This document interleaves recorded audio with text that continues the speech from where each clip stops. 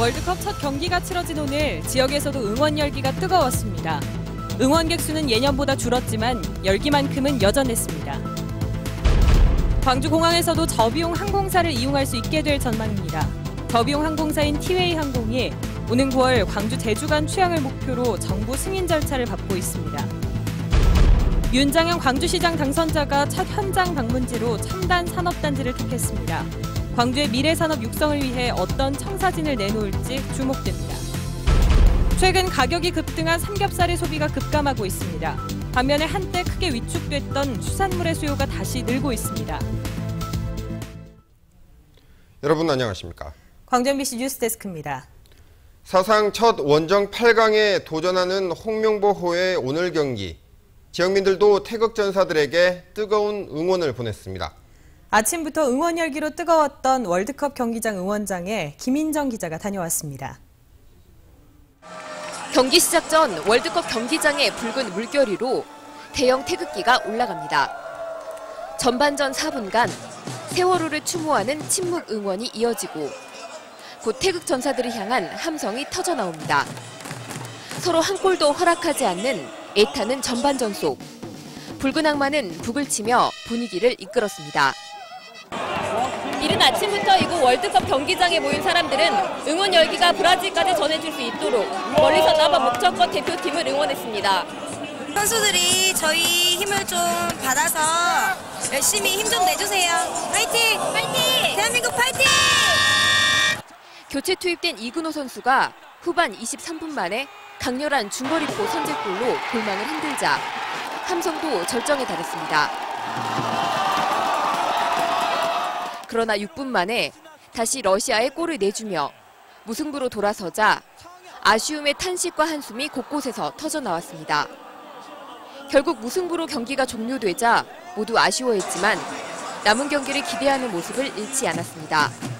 페어플레이 하면서 남은 두 번째, 세 번째 경기들도 진짜 열심히 뛰어줬으면 좋겠습니다. 파이팅! 파이팅! 오늘 첫 예선을 위해 출근도 미룬 직장인들도 광주와 전남 곳곳에서 응원을 보탰습니다. 사상 첫 원정 8강에 도전하는 태극전사들의 다음 예선은 오는 23일.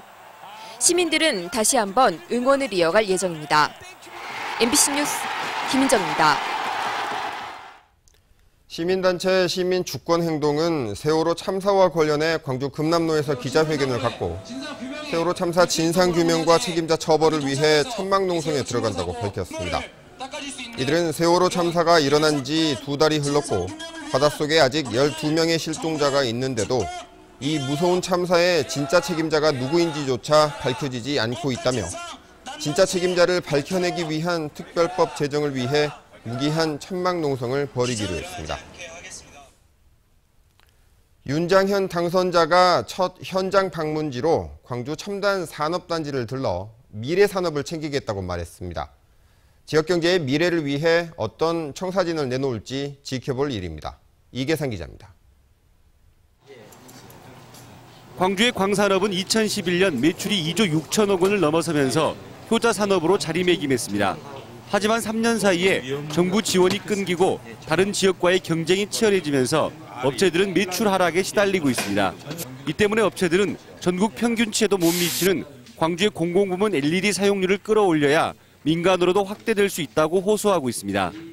유관기업만이라도 설전수문에서 10%, 30%, 50%씩 매년마다 늘려간다면은 그게 오히려 광주시의 어떤 빛골로서 발전되지 않을까라는 생각을 하고 있습니다. 윤장현 광주시장 당선자는 희망광주준비위원회 첫 현장 방문지로 첨단 산업단지를 찾아 관련 연구소와 기업 대표들을 만났습니다. 윤 당선자는 이를 통해 미래 산업 발굴을 위한 방안을 논의하고 공약인 100대 명품 강소기업 육성 사업을 구체화하기 위한 로드맵을 구상했습니다. 포토 에너지 이런 사업 같은 경우들도 새로운 미래를 여는 것에 대한 준비 어느 정도는 그런 게 깔려 있기 때문에 이제 이걸 잘 유기적으로 서로 협력 체제를 만드는 일이 무엇보다도 중요하다고 생각합니다. 광주 경제의 돌파구는 자동차 부품 산업과 첨단 산업으로 집약됩니다.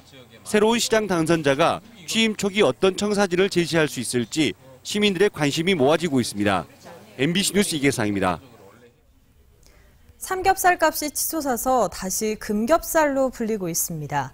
소비자들이 비싼 육류 대신 수산물 코너로 발길을 돌리고 있습니다. 이재원 기자입니다. 광주의 한 대형마트. 장을 보는 주부들의 손길이 금겹살로 불리는 삼겹살 앞에서 잠시 망설여집니다. 좀 망설여져요. 처음에 가격 때문에 망설여지긴 하지만 또 필요하고 저희가 먹어야 되니까. 훌쩍 가격이 뛰어버린 삼겹살에 주부들의 손길은 자연스럽게 대체물로 쏠리고 있습니다. 요즘 돼지고기가 가격이 너무 많이 올라가지고 이제 사 먹기가 좀 부담스러워서 이제 해산물로 좀 대체해서 먹고 있어요. 실제로 한 대형마트가 지난 한 달 동안 매출을 분석한 결과 국내산 삼겹살의 매출은 15% 가까이 줄어들었습니다. 반면 고등어와 갈치, 연어 등 생선류는 수입산을 중심으로 매출이 최고 500% 이상 증가했습니다. 또 캠핑 인구의 증가와 계절적인 요인으로 새우 등 갑각류의 매출도 크게 증가하고 있습니다. 돼지고기나 이런 부분들이 육류 부분들이 가격이 상승을 하게 되면은 수산물 쪽으로 좀 객수가 집중이 되는 경우들이 있습니다. 삼겹살의 대체제로 자연스럽게 떠오르고 있는 수산물. 국내산 삼겹살의 고공행진이 가을까지는 이어질 것으로 보여 수산물의 소비 증가도 당분간 계속될 것으로 예상됩니다. MBC 뉴스 이재원입니다. 광주공항에서도 조만간 저비용 항공사를 이용할 수 있을 것으로 보입니다. 광주시에 따르면 저비용 항공사인 티웨이 항공은 오는 9월 광주 제주 노선 취항을 목표로 국토부 승인을 받고 있습니다. 티웨이 항공은 광주 제주 노선을 매일 3차례 왕복 운항할 예정이며 운임은 대한항공이나 아시아나항공에 비해 20에서 30% 저렴할 것으로 알려졌습니다.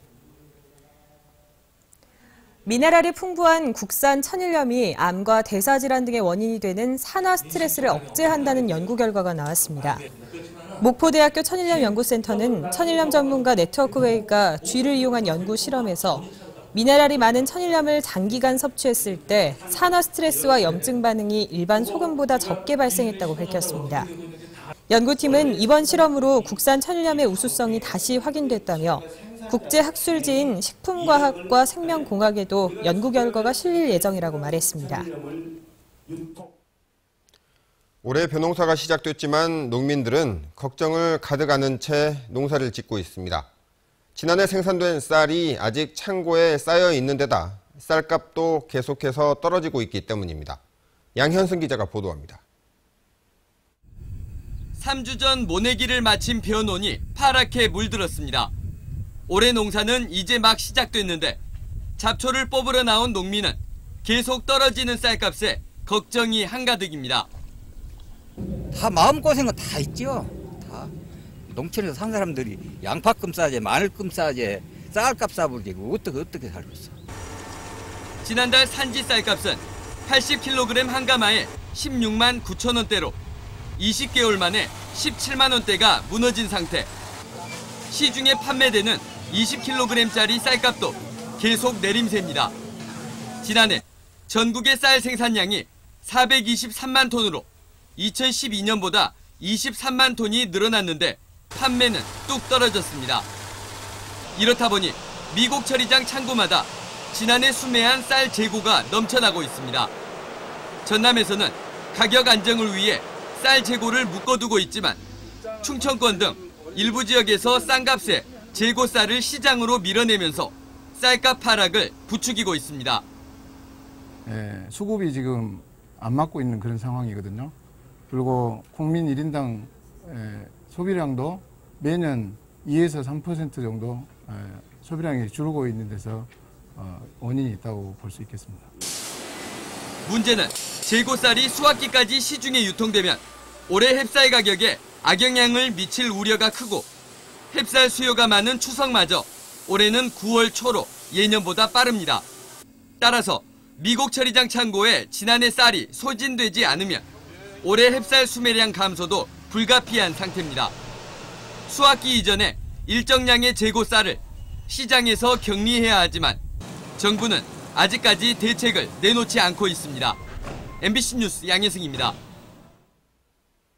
730 재보궐선거에서 새정치민주연합이 후보 결정을 위해 경선 방식을 선택할 가능성이 높아졌습니다.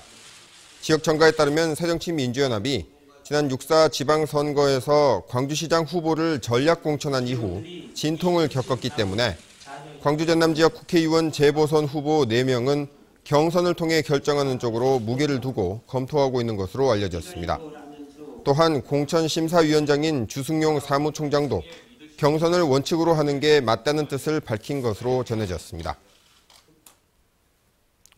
지난달 새정치민주연합에 입당한 신정훈 전 나주시장이 나주 화순지역 국회의원 재선거에 출마하겠다고 선언했습니다.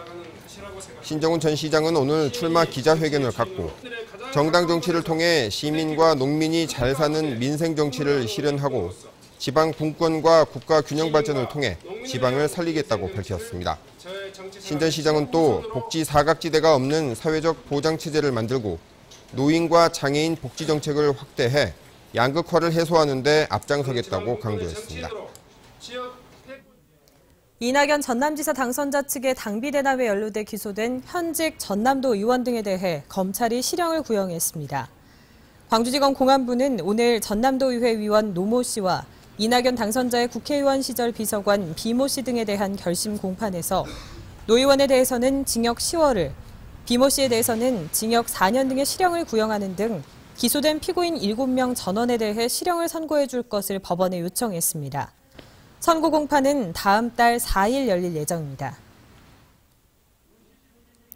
KTX 광주역 진입에 대한 윤장현 당선자 측의 부정적 입장과 관련해 반발이 확산되고 있습니다. 총광훈 광주 북구청장은 KTX 광주역 진입에 추가 예산이 들지 않는데도 인수위 소속의 모 팀장이 1,400억 운운하는 건 말도 안 되는 소리라고 반박했습니다.